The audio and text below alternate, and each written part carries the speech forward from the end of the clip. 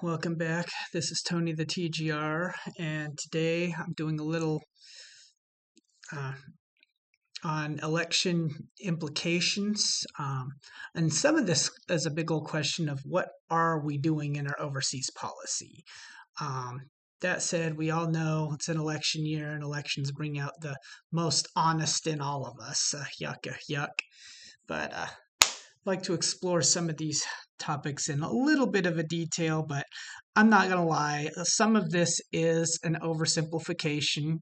And for that, go ahead and correct me if I'm wrong, or feel free to discuss any matters. This is not an endorsement of either party. It is not an endorsement by either party. It is somewhat of a critical look at both of them and hopefully some feedback that will kind of be of importance. Um, right now, there's a big gender identity role in politics. Your right wing is very pro masculinity, it's pro straight white men, it's about preserving the sanctity of heterosexual marriage and the weakening of divorce and abortion rights. By contrast, the left wing is very pro femininity. They're fighting for the sanctity of being able to choose who you marry regardless of your gender, the strengthening of divorce and abortion rights, and women's rights as a whole. You also see some certain divisions here. Uh, your right wing likes lowering capital gains and executive taxes and reducing the dependence programs to offset the reduction of income. Where on the left, you see they like to raise more capital gains and executive taxes, and they put more of that cost towards an increased scope of dependence and social welfare programs. The right tends to favor economy and production way over environmental factors. It's not to say environment isn't a concern, but environmental concerns come secondary to economic concerns. And the left is sort of the opposite there. They favor the environmental concern over production and economy.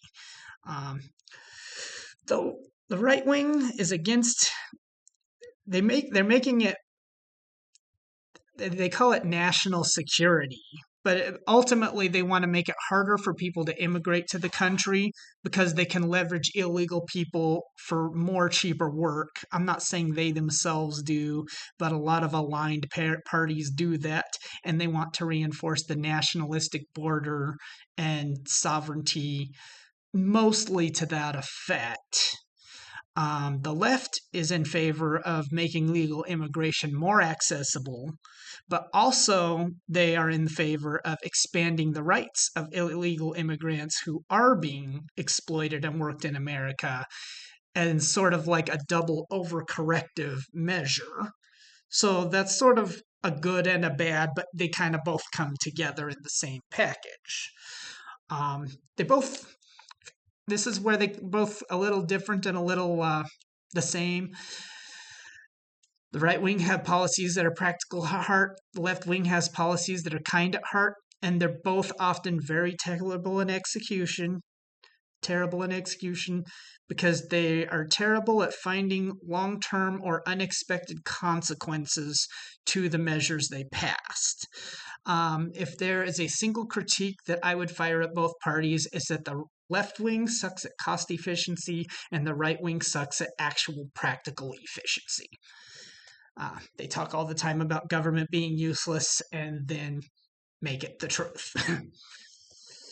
So the net effects, when you combine the effects of both of these parties together, playing volleyball throughout these last 20 years of elections that I've been participating in as a voting age adult, and it is a dramatic oversimplification, the right-wing policies on the whole tend to continue making labor increasingly cheap for workers and continue to make businesses more profitable.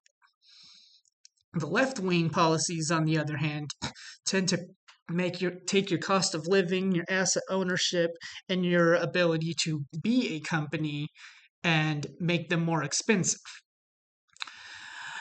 And the net effect of taking this gender identity approach to voting basically means that 95% of our voting population just cancels out one another. It's just straight white men against women and minorities, and 90% of our vote just cancels each other out based on that identity, which leaves very few people left in very choice states to kind of oversee everything.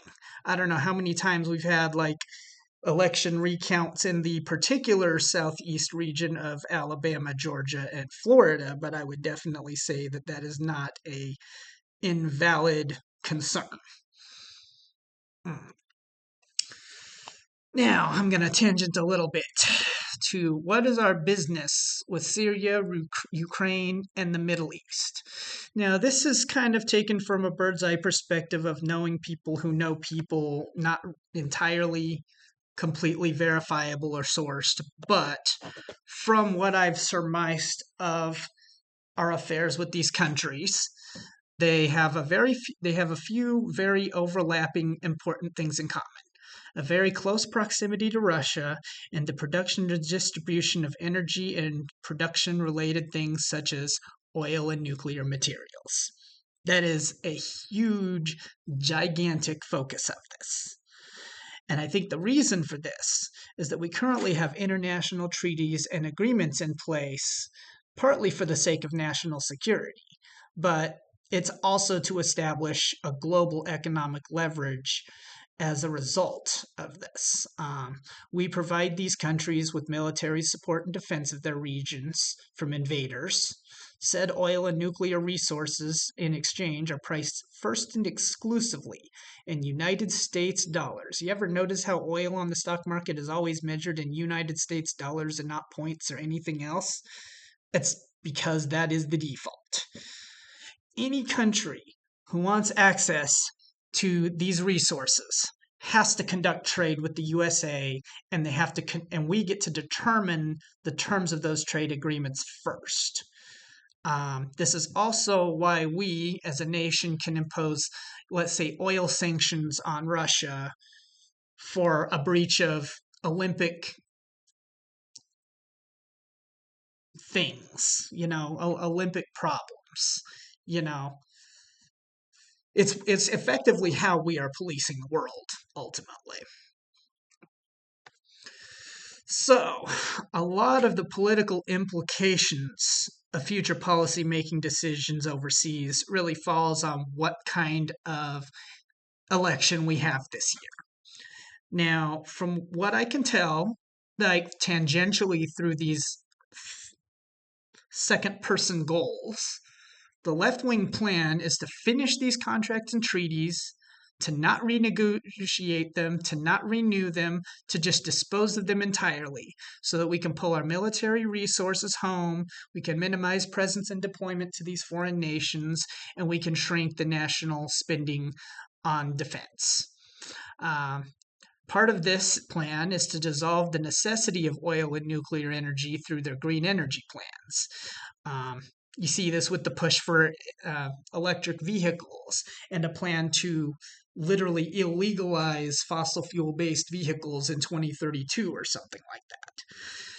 The problem with this is that this plan gives no shits about the economic leverage or advantage presented, or they expect something magically to replace this and for us to still maintain our sovereignty and our place as a first world country with the degree of influence that we have.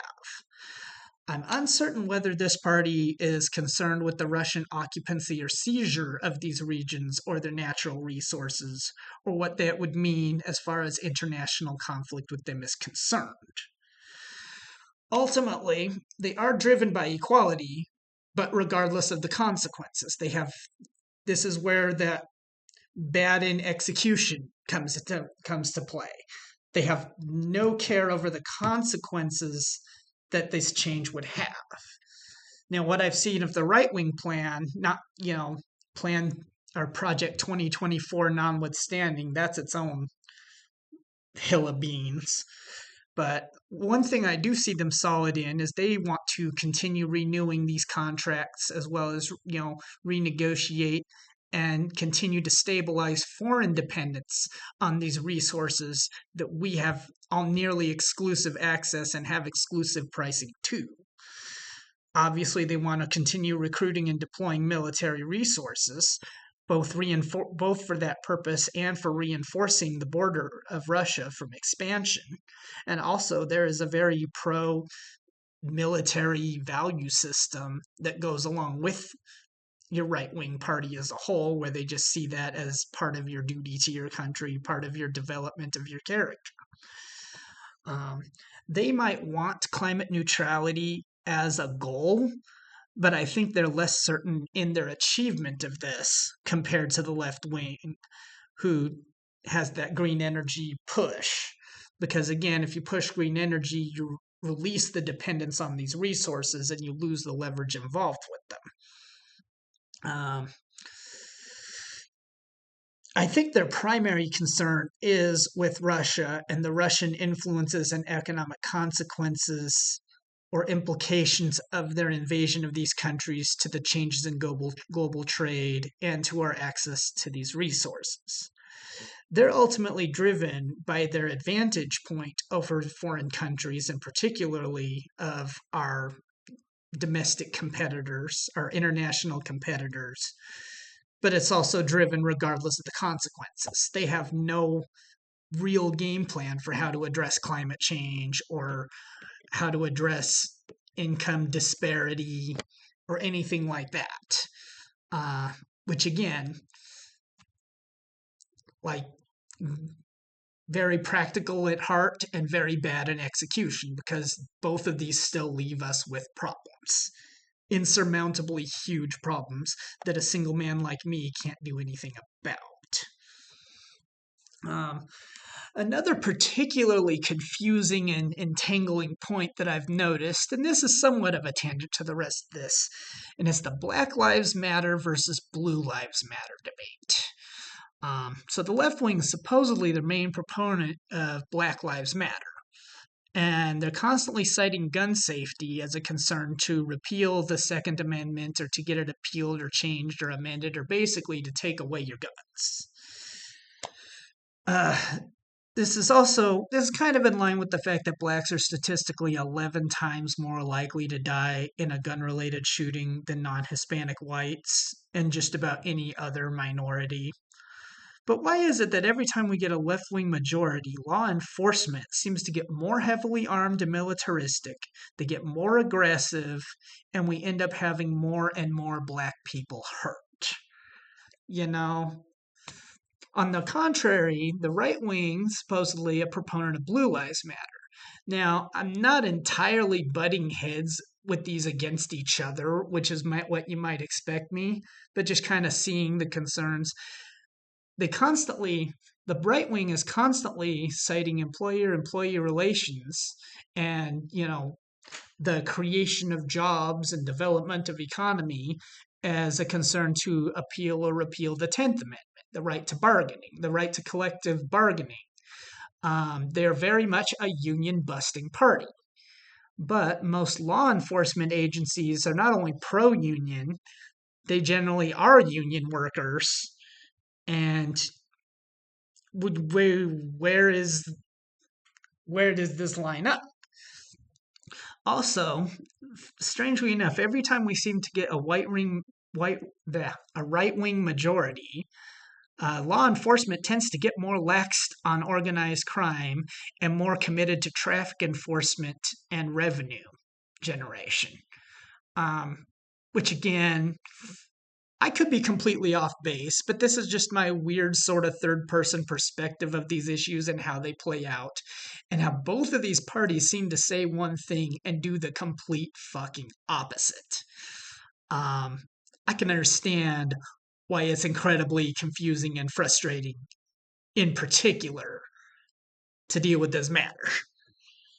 That said, I wish I had answers. They're both kind of fucked in just different ways. And Lord help you if you're a black police officer right now. Okay. Once again, This presentation is not to discredit either party, it's not to endorse either party, nor is it to minimize any of the other issues brought upon by the gender identity basis by which they're baiting votes. But it's just to kind of bring some attention to some factors that might not necessarily be completely in the readable space, and also just a critique of the problems I see in both parties and with their means of establishing what they're going for. Again, feel free to chime in with a comment, correct me if you feel I'm wrong. Give the video a like if you like it, give it a share. I do think it's an important discourse to have at this time. And I would not subscribe to my channel based on this. I'm doing a short sub-series of presentations of social commentary, but this is not the primary focus of my channel. My channel is a struggling pick it up, put it down, pick it up, put it down gaming channel that's just struggling with the times. So don't drop a subscription on the basis that more of these presentations are what you'll expect. And I wish I had answers for this, but all I can really do right now is open discussion and hope for some constructive discourse. Thank you again for joining me. This is Tony the TGR, and have a great day.